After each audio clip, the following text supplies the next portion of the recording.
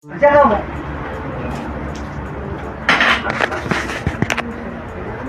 Anak kecil aja kamu rayu-rayu kayak gini. Viral polisi siram air kopi ke terduga pelaku penculikan anak di bawah umur, targetkan bocah SD. Beredar di media sosial sebuah video yang memperlihatkan sebuah video polisi hilang kesabaran.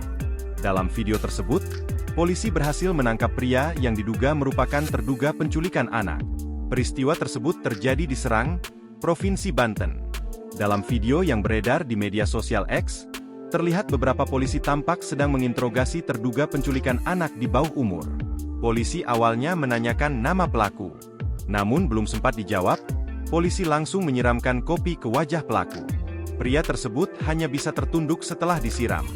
Dilansir dari kompas.com, diketahui pria berinisial HM asal Bengkulu ditangkap di wilayah Kelurahan Panancangan, Kecamatan Cipocok Jaya, Kota Serang, Kamis, 17 Oktober 2024. Kasubdit Gasum Ditsamapta Polda Banten, Kompol H. Jajang Mulyaman membenarkan penangkapan HM.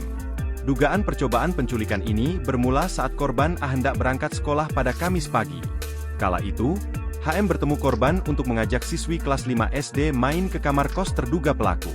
Korban mengiyakan ajakan tersebut, karena tergiur dengan iming-iming dari HM. Korban diiming-imingi mau dikasih handphone dan laptop, cuma korban menolak karena mau sekolah. Jajang melanjutkan, HM kemudian meminta nomor handphone korban.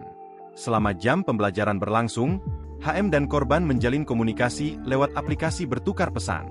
HM berdalih mengajak korban untuk dijadikan teman curhat. Singkat cerita, korban yang ketakutan kemudian melaporkan HM ke gurunya. Pihak sekolah lantas menjebak pelaku saat hendak menjemput korban. Pihak sekolah mengamankan pelaku dan menghubungi Ditsamapta Polda Banten. Jajang menambahkan, HM diserahkan ke Polsek Cipocok untuk diperiksa lebih lanjut. Belum diketahui motif HM mengincar korban.